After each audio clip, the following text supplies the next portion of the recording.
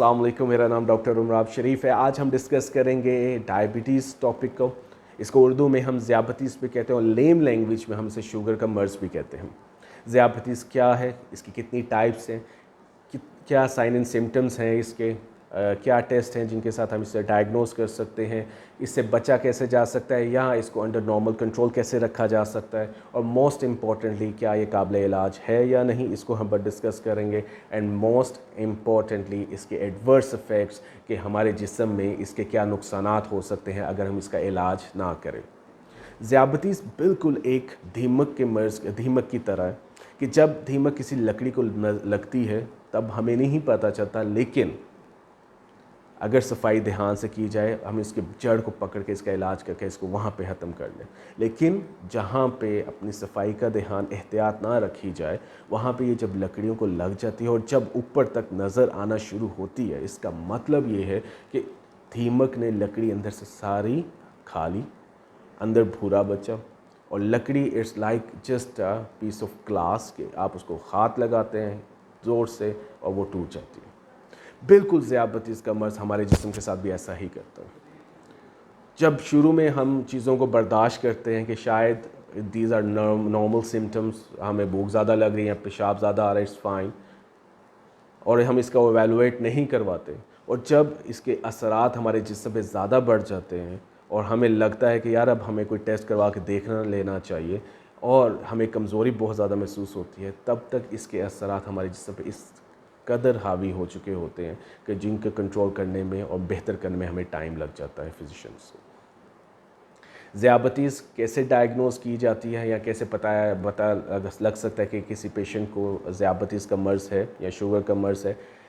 Fasting blood sugar level एक हफ़्ते में एक दफ़ा और दूसरे हफ़्ते एक दफ़ा आप करेंगे। फास्टिंग का मतलब कम से कम 12 घंटे का निहार है। निहार का मतलब कुछ खाया पिया ना हो और अपनी fasting blood sugar early in the morning करें। अगर ये आपकी 100 से ज़्यादा है तो हम इसको डायबिटीज़ के शक में के दायरे में ला सकते हैं। मैंने शक के दायरे में क्यों कहा? दो वैल्यूज़ हैं जिनकी इम्पोर्टेंस है। एक, अगर 100 to 110 है या मोर देन 110। 100 to 110 है, इसका मतलब ये है कि आप इम्पेयर डायबिटीज़ में आज आगे हैं कि अगर आप अपना एहतियात या परहेज़ नहीं रखते तो आपको विदिन 6 मंथ्स आगे शुगर का मर्ज़ प्रॉपर्ली डिफाइंड एंड डायग्नोज हो सकता है। और वो पेशेंट जिनकी ब्लड शुगर लेवल फास्टिंग ही 120 के ज़्यादा है, they are defined as diabetic patient along with some diagnostic test, to be very true. क्या ऐसे साइन सिम्टम्स हैं जिनके साथ हम पता लगा सकते हैं, अर्ली स्टेजेस में हम इसे पकड़ सकते हैं? भूख का ज़्यादा लगना, प्यास का ज़्यादा लगना, पेशाब छोटा बार बार आना, पेशाब करने के बाद टांगों में कमज़ोरी महसूस करना, आपके रंगत का काला हो जाना, वज़न का कम होना। These are the early signs and symptoms जिनके साथ हम ये टेस्ट करवा के अपने आप को अर्ली स्टेजेस में पकड़ के इसे कंट्रोल करके अपनी ज़िंदगी को बेहतर कर सकते हैं। अब ऐसे मरीज़ जब फिजिशियन के पास आते हैं तो फिजिशियन उनके क्या टेस्ट करता है जिससे हम मोस्ट डायग्नोस कर सकते हैं? एक तो fasting blood sugar level 2 weeks में 2 दफ़ा हम करवाते हैं। सेकंड, सीबीसी देखने के लिए कोई इन्फेक्शन तो नहीं चल रहा, LFTs, RFTs, कोई रीनल इम्पैक्ट्स या लीवर इफेक्ट्स तो नहीं आए। यूरिन कंप्लीट एग्जामिनेशन, क्या कीटोन्स पॉजिटिव है कि शुगर प्रोटीन्स पॉजिटिव तो नहीं आ रही या ग्लूकोज पॉजिटिव तो नहीं आ रही। फिर HbA1c जो कि हमें 3 माह की शुगर का अंदाज़ा हमें बताते कि इनकी पिछले 3 माह में शुगर थी कि अब डिफ़ाइन हुआ है। फोर्थ जो कि बहुत इंपॉर्टेंट है वो है सी पेप्टाइड लेवल्स या बॉडी इंसुलिन लेवल्स, जिसमें हम जज आउट करते हैं कि क्या हमारे लबलबे के अंदर खुलिए नॉर्मल रेंज में है, टाइप 1 डायबिटीज़ है या टाइप 2 डायबिटीज़ है। ये बहुत इंपॉर्टेंट फैक्टर है जिसको डिफ़ाइन करना डायग्नोसिस के दौरान बहुत ज़रूरी है कि ये पेशेंट टाइप 1 का या टाइप 2। चलें हम इसे अब डिस्कस करते हैं। टाइप 1 डायबिटीज़ इसे हम इंसुलिन डिपेंडेंट डायबिटीज़ मेलाइटिस कहते हैं, और टाइप 2 का मतलब होता है non insulin dependent diabetes mellitus. Type 1 वाले मरीज़ पतले होते हैं, लेस देन 30 एज यूजली देखी गई है इनकी, बल्कि मोस्टली यही होती है डिफ़ाइन करने के लिए। और इन ऐसे पेशेंट में शुगर की गोलियां बहुत कम, रेयरली कोई ऐसी गोली हो जो असर करे। यूजुअली इनके ऊपर हम ट्रीटमेंट का प्लान इंसुलिन पे रखते हैं, जो कि रेगुलर होती है, लॉन्ग एक्टिंग होती है, जिसमें ग्लार्गिन जो 24 आवर्स की होती है, और या बीडी में जो हम 12 वाली देते हैं जिसे मिक्सटार्ड या मिक्स कहते हैं, 70-30 इंसुलिन कहते हैं।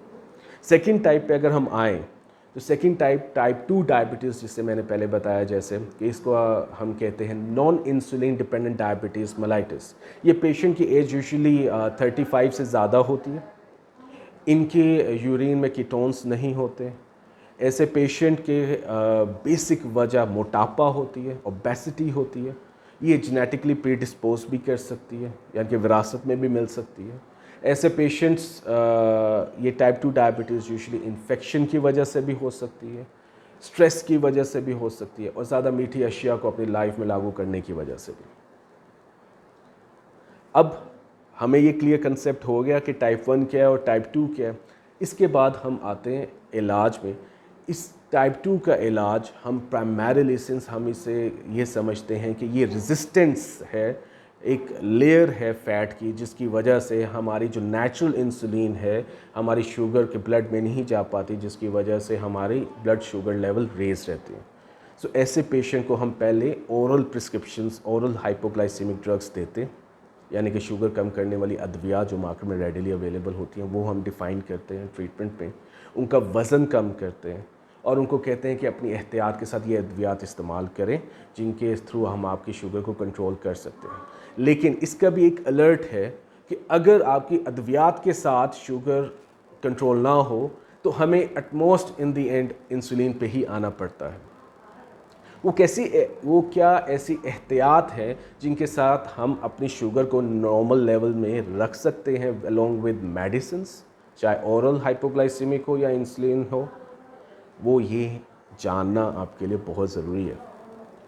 एहतियात क्या है? लाइफस्टाइल मॉडिफिकेशन कहते हैं, जो मैंने इम्पेयर्ड डायबिटीज़ में डिफ़ाइन की थी, जिनकी blood sugar level fasting 100 to 110 या 120 रहती है, इससे ज़्यादा नहीं होती। उनके लिए पहले लाजमी कि वो लाइफस्टाइल मॉडिफिकेशन को एहतियात करें। लेकिन ये बाकी पेशेंट्स जो डायग्नोस्ड हो चुके होते हैं, डायबिटिक पेशेंट्स के वो उनको डायबिटीज़ का प्रॉपर मर्ज़ है, जो या इंसुलिन ले रहे हैं या ओरल हाइपोग्लाइसेमिक ले रहे हैं, उनके लिए भी लाजमी है कि वो अपनी पीक्स होने से बचा सकते हैं अगर वो एहतियात करें, और या उनकी अद्वियात या इंसुलिन की डोज कम हो सकती है अगर वो इन एहतियात को अपनी ज़िंदगी में लागू कर लें। इन्हीं एहतियात को हेल्दी लाइफस्टाइल मॉडिफिकेशंस कहते हैं। क्या होती हैं ये? सबसे पहले 2 किलोमीटर्स वॉक रेगुलरली या जॉगिंग करें। सेकेंडली, अपनी हर खाने के बाद 40 से 50 से 100 कदम लाजमी चलें। ऐसी डाइट से परहेज़ करें जिनमें चीनी पाई जाती है या शुगर होती है। जिस तरह अगर हम नॉर्मल डाइट में फ्रूट्स में आएँ तो आम, अंगूर, कुर्बानी, ये बेसिक वो फ्रूट्स हैं। गर्मा, खरबूजा, ये वो फ्रूट्स हैं। तरबूज, ये वो फ्रूट्स हैं जिनके साथ हमारी शुगर बढ़ सकती है। इसी तरह सब्जियां हैं जिसमें गाजर आ जाती है जो हमारी शुगर को बढ़ा सकती है। आलू आ जाते हैं जिनकी वजह से हमारी शुगर बढ़ सकती है। चावल, ये एक बहुत बड़ा कार्बोहाइड्रेट शुगर का प्रॉपर एक हब है जिसके साथ बढ़ सकती है। चीनी, मिठाई, गुड़, शक्कर, शहद के ऊपर 50-50 रिस्पॉन्स है, लेकिन जो अब नॉर्मल मार्केट में शहद मिल रहा है ये कोई प्योर शहद नहीं है, मिलावट वाला शहद होता है। सो आई पर्सनली बिलीव शहद भी इसमें इन्वॉल्व होता है। ठीक है, इन सब चीज़ों का एहतियात करना हमारी ज़िंदगी में बहुत ज़रूरी है। इसके साथ साथ खजूर, इन चीज़ों को अपनी लाइफ से ख़त्म करना पड़ेगा उन मरीज़ों को जिनको शुगर का मर्ज़ लाहक है या जो इम्पेयर्ड डायबिटीज़ में आते हैं। साथ कुछ फैक्टर्स हैं जिनकी वजह से शुगर बढ़ सकती है। आपने कॉमनली सुना होगा, कुछ लोग कहते हैं कि यार मैनू टेंशन ने शुगर ला दी, या मैं बोतलां पी पी के अपनी शुगर ला दी, या मैनू इन्फेक्शन होया तो मेरी शुगर बढ़ना शुरू हो गई।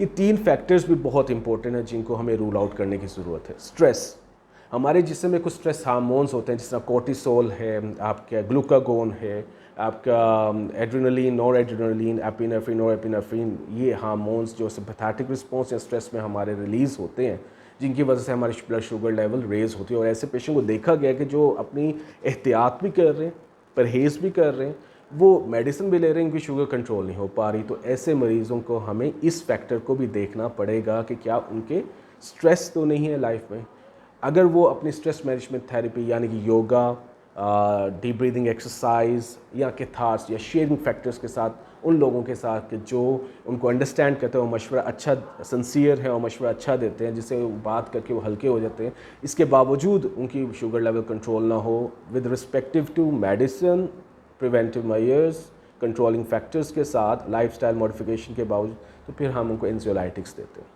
सेकंड जो मोस्ट इंपॉर्टेंट फैक्टर है जो अनकंट्रोल डायबिटीज़ में देखा गया, डायबिटिक पेशेंट्स में देखा गया, वो इन्फेक्शन है। पेशेंट मेडिसिन ले रहा है, अपने प्रिवेंटिव मेजर्स कर रहा है, अपनी शुगर को लिए सारी लाइफस्टाइल मॉडिफिकेशन को इम्प्लाई कर रहा है, लेकिन उसकी शुगर कंट्रोल नहीं, तो हमें ब्लड टेस्ट करवाने पड़ते हैं देखने के लिए कि क्या यार उसको कोई इन्फेक्शन तो नहीं चल रहा जिसकी वजह से उनकी शुगर बढ़ रही हो। तीसरा 100% जैसा मैंने आपको कहा कि सोडा ड्रिंक्स, इनमें बहुत ज़्यादा शुगर है। बहुत सी ऐसी यूट्यूब में वीडियोस बनी हुई हैं जिनमें दिखाते हैं जी एक 1.5 लीटर बॉटल में क्वार्टर शुगर होती है। सोडा ड्रिंक्स भी एक जहर के मानंद है शुगर के मरीज़ों के लिए। अब जब हमें पता चल गया कि ये सारे फैक्टर्स रूल आउट हैं और हम इसका ध्यान रख रहे हैं, तो इसके साथ कुछ ऐसी अद्वियात भी हैं जो डॉक्टर की मजबूरी है प्रिस्क्राइब करना ड्यूरिंग इन्फेक्शन। जैसा रिसेंटली कोविड चला था, स्टेरॉइड्स चलना शुरू हुए, या ऐसे बहुत से अदर इन्फेक्शंस, ऑटोइम्यून डिसऑर्डर्स जिसमें हमें स्टेरॉइड्स देना पड़ते हैं एज एन ट्रीटमेंट मजबूरी के तहत, तो इससे भी शुगर बढ़ सकती है। बहुत एनसेड्स हैं या बहुत मल्टीविटामिन सिरप्स हैं जिनके अंदर, या बहुत से ऐसे सिरप्स हैं मार्केट में जो लीवर के लिए भी होते हैं, रीनल एंजाइम्स को कवर करने के लिए भी, यहाँ पे मल्टीविटामिन है, कैल्शियम सप्लीमेंट में शुगर पाई जाती है। सो प्लीज़ ऐसी अद्वियात से परहेज़ करें ताकि आपकी शुगर बाकी फैक्टर्स को अम्प्लाई करते हुए, यानी कि आप मेडिसिन खा रहे हो, मैं बार बार बोल रहा हूँ कि medicine, lifestyle modification, stress factor को देखा, इन्फेक्शन को देखा, इन सब फैक्टर्स के साथ साथ आप इनका भी ध्यान रखें कि ड्रग्स आपकी ये ना हो। अगर हैं तो अपने डॉक्टर से कंसल्ट ज़रूर करें कि मेरी अगर शुगर बढ़े तो इसके लिए कुछ मेडिसिन ऐड करें ताकि वो कंट्रोल कर सकें। ये था हमारा शुगर का मर्ज़। मैंने कोशिश तो ये की है कि मैं एक लेम लैंग्वेज में समझा सकूं, इजी वे आउट कर सकूं कि आपको मेरी इस टॉपिक के बारे में प्रॉपर इंफॉर्मेशन ग्रैस्प हो सके, और जो मरीज़ शुगर के मर्ज़ में लाहक हैं और जो जिनको शक है वो अपना प्रॉपरली से एवेलुएट करवाएं, डायग्नोस करवाएं अपने फिजिशियन से, और take their medicine respective to their diagnosis.